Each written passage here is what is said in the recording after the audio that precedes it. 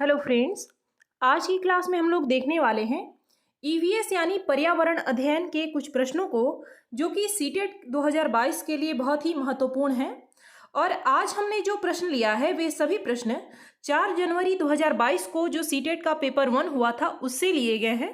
इससे पहले हमने 1 से लेकर 21 जनवरी तक के सीडीपी के सभी प्रश्नों को देखा, और ऐसे ही हम लोग ईवीएस को देखेंगे, इसके बाद मैथ्स को देखेंगे। तो चलिए शुरू करते हैं आज की क्लास को। देखिए, पहला प्रश्न है, मगरमच्छ मुख्य रूप से शिकारियों द्वारा मारे जाते हैं। ऑप्शन फर्स्ट है सींगों के लिए, सेकंड है त्वचा के लिए, थर्ड है दांतों के लिए, और फोर्थ है खुशबू के लिए। तो इसका जो सही आंसर हो जाएगा वो है ऑप्शन सेकंड, मगरमच्छ को जो शिकारी लोग मारते हैं उनकी त्वचा के लिए।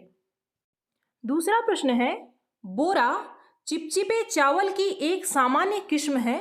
यह मुख्य रूप से पाया जाता है। ऑप्शन फर्स्ट है असम में, सेकंड है बिहार में, थर्ड है ओडिशा में, और फोर्थ है तमिलनाडु में। तो इसका जो सही आंसर हो जाएगा वो है ऑप्शन फर्स्ट, असम में यह चावल पाया जाता है। अगला प्रश्न है, सर्दियों में दादी अक्सर निम्नलिखित के घोल से त्वचा को रूखेपन से बचाने के लिए उपयोग करती हैं। ऑप्शन फर्स्ट है गुलाब जल और आसुत जल, सेकंड है गुलाब जल और ग्लिसरीन और नींबू का रस, थर्ड है नींबू का रस और दूध, और फोर्थ है गुलाब जल और सिरका। तो देखिए, इसका जो सही आंसर हो जाएगा वो है ऑप्शन सेकंड, सर्दियों में त्वचा को रूखेपन से बचाने के लिए हम लोग गुलाब जल, ग्लिसरीन और साथ ही नींबू के रस का प्रयोग करते हैं। तो ऑप्शन थर्ड सेकंड जो है हमारा वो सही होगा। अगला प्रश्न है, एक छोटे से पेड़ या झाड़ी की शाखा से लटकने वाला घोंसला बनाने वाला पक्षी है। ऑप्शन फर्स्ट है सूर्य पक्षी, सेकंड है कौवा, थर्ड है बारबेट, और फोर्थ है भारतीय रॉबिन। तो इसका जो सही आंसर हो जाएगा वो है हमारा ऑप्शन फर्स्ट, सूर्य पक्षी, जिसे कि हम एक और इसका नाम है जिसे हम लोग शक्कर खोरा के नाम से भी जानते हैं। तो आप लोग इसे याद रखेंगे। प्रश्न संख्या 5 है, ट्रेन टिकट पर PNR दर्शाता है। ऑप्शन फर्स्ट है यात्री संख्या रिकॉर्ड, सेकंड है यात्री का नाम रिकॉर्ड, थर्ड है व्यक्तिगत नाम रिकॉर्ड, और फोर्थ है व्यक्तिगत नंबर रिकॉर्ड। तो देखिए, इसका जो सही आंसर हो जाएगा वो है हमारा ऑप्शन फर्स्ट, यात्री संख्या रिकॉर्ड को दर्शाता है PNR। अगला प्रश्न है, मलयालम में माँ की बड़ी बहन को कहा जाता है। ऑप्शन फर्स्ट है वलियम्मा, सेकंड है अमुम्मा, थर्ड है थम्मा, और फोर्थ है दीदू। तो देखिए, इसका जो सही आंसर हो जाएगा वो है ऑप्शन फर्स्ट, वलियम्मा जो है वो माँ की बड़ी बहन यानी मौसी को कहा जाता है मलयालम भाषा में। अगला प्रश्न है, निम्नलिखित में से कौन सा एक स्थान केरल में है। ऑप्शन फर्स्ट है वलसाड़, सेकंड है कोझिकोड, थर्ड है उडुपी, और फोर्थ है मालाखेड़ा।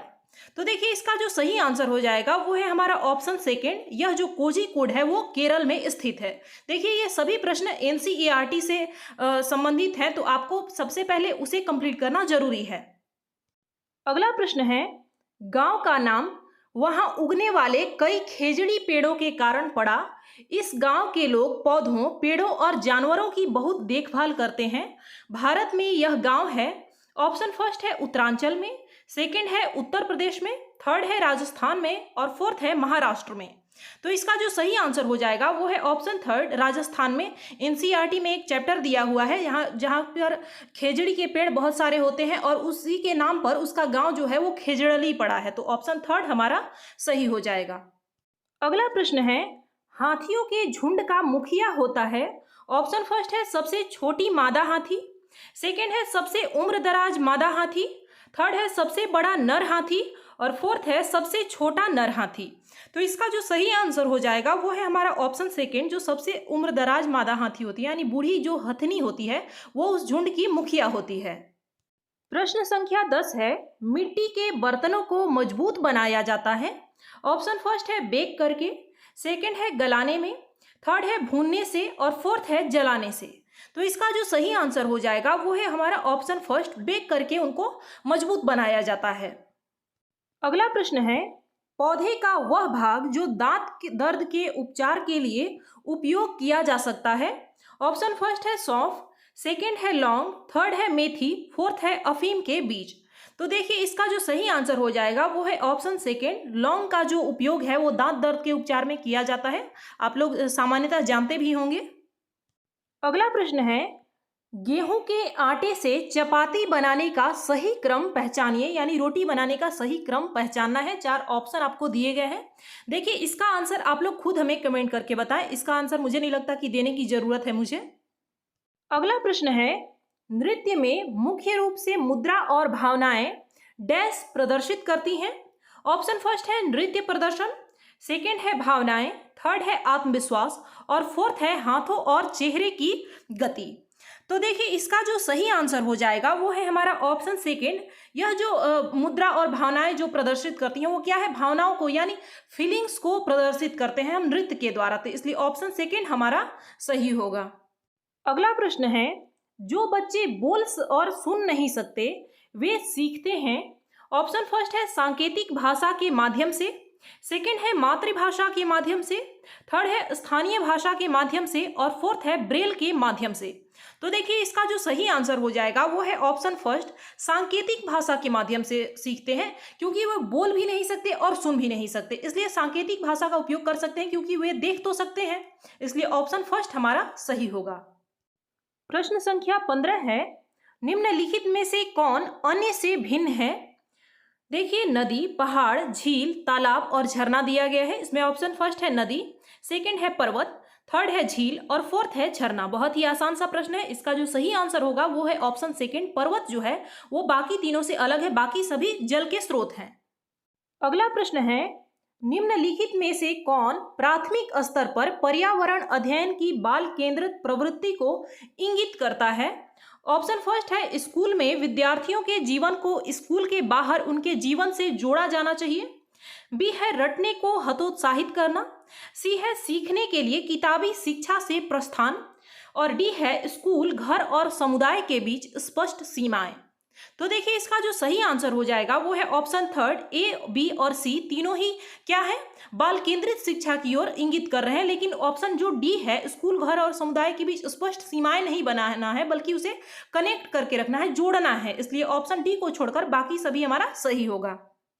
अगला प्रश्न है, निम्नलिखित में से कौन सा प्राथमिक स्तर पर पर्यावरण अध्ययन के उद्देश्य हो सकते हैं।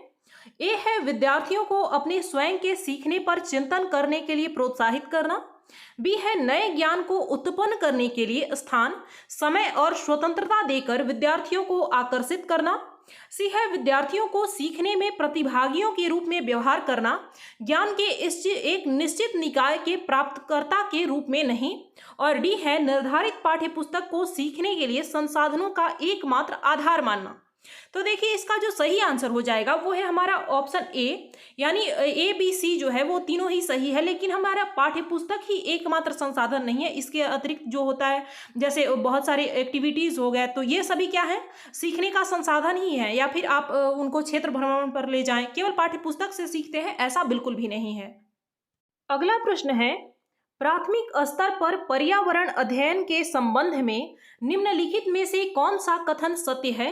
ऑप्शन फर्स्ट है कक्षा 3 से 5 तक पर्यावरण अध्ययन ईवीएस एक विषय के रूप में विज्ञान, सामाजिक विज्ञान और पर्यावरण शिक्षा की अवधारणाओं और मुद्दों को एकीकृत करता है। सेकंड है यह विषय कक्षा 1 और 2 में है और इससे संबंधित मुद्दों और चिंताओं को भाषा और गणित के माध्यम से दिया जाता है। थर्ड है ईवीएस पाठ्यपुस्तकों में प्रयुक्त भाषा औपचारिक है और फोर्थ है यह एक एकल विषय दृष्टिकोण पर आधारित है। इसमें हमें सही कथन का चयन करना है। देखिए, यह केवल एकल विषय नहीं है बल्कि बहुत सारे विषय जैसे विज्ञान को, साथ ही सामाजिक विज्ञान को और पर्यावरण की जो शिक्षा है उसको भी इसमें दिया गया है। तो केवल एकल विषय हम नहीं कह सकते। और यह औपचारिक नहीं है, बिल्कुल बच्चों की भाषा है, आसान बोलचाल की भाषा है। ऑप्शन सेकंड है यह विषय कक्षा 1 से 2 में है, लेकिन 1 से 2 में जो बच्चे हैं उनके लिए अलग से ईवीएस का पाठ्य पुस्तक नहीं है। तो यह कथन भी हमारा गलत हो जाएगा। ऑप्शन फर्स्ट हमारा सही है। अगला प्रश्न है, ईवीएस की कक्षा में निम्नलिखित में से किस एक को कम किया जाना चाहिए। ऑप्शन फर्स्ट है स्वतंत्र वाद विवाद, सेकेंड है चित्रपठन, थर्ड है कथा और फोर्थ है विवरण।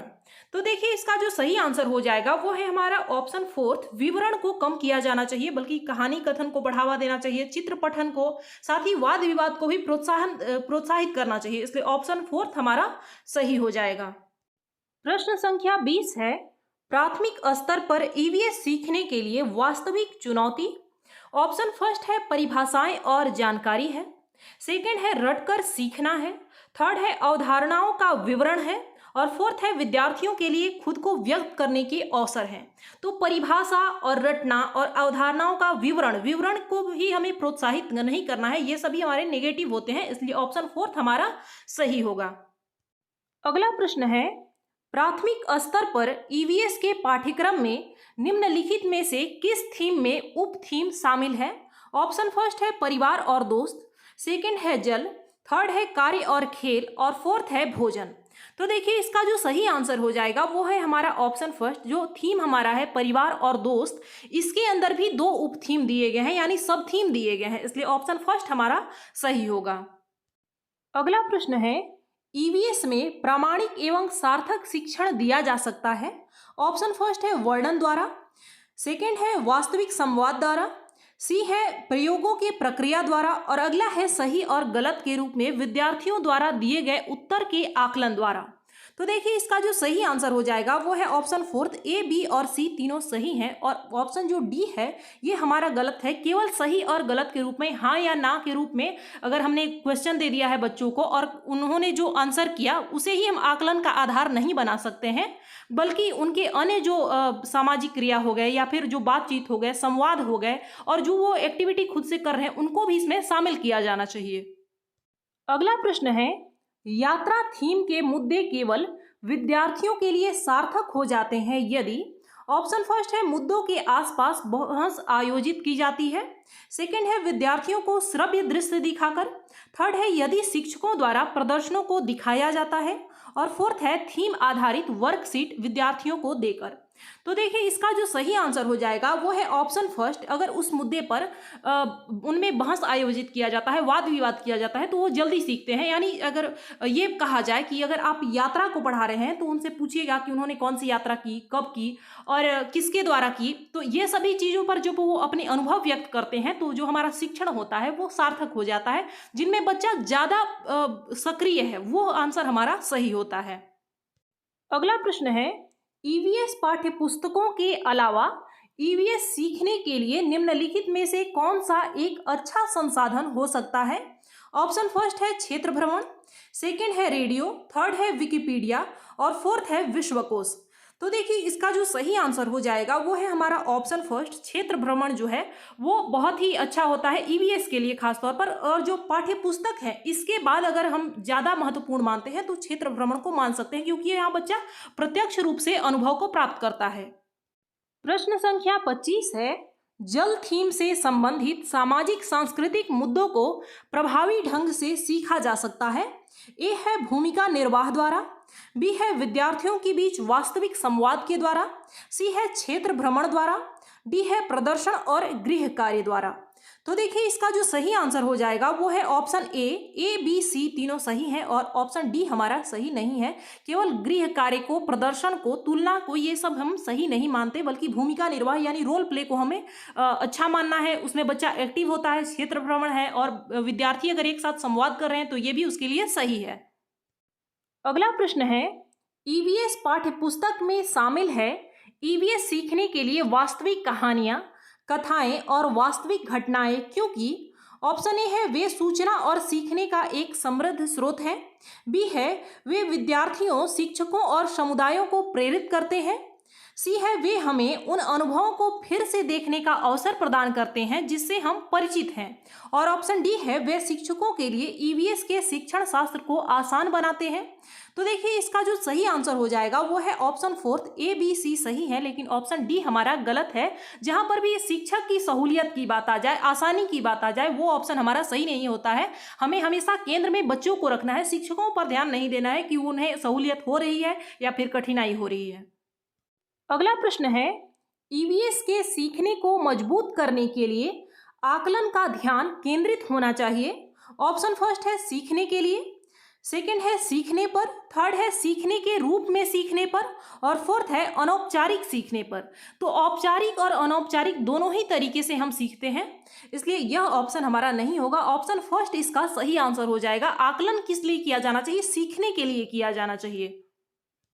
अगला प्रश्न है राजा एक ईवीएस शिक्षक एक आकलन उपकरण का उपयोग करता है जो विद्यार्थियों के काम के लिखित से मौखिक से दृश्य तक सभी घटकों में उपलब्धि मानदंड को स्पष्ट रूप से इंगित करता है। शिक्षक उपयोग कर रहा है। ऑप्शन फर्स्ट है रूब्रिक्स, सेकेंड है चेकलिस्ट, थर्ड है उपाख्यानात्मक रिकॉर्ड जिसे एनेक्डोटल रिकॉर्ड भी कहते हैं, फोर्थ है अवलोकन पत्र। तो देखिए इसका जो सही आंसर हो जाएगा वो है ऑप्शन फर्स्ट, यानी वह शिक्षक किसका उपयोग कर रहा है, रूब्रिक्स का यूज कर रहा है। इसके अंतर्गत क्या होता है, बच्चे के जितने भी लिखित हो गए या फिर मौखिक हो गए या फिर उसने जो भी कार्य किया, जो भी एक्टिविटी की, वो सभी इसमें सम्मिलित होते हैं। अगला प्रश्न है ईवीएस में आत्म आकलन।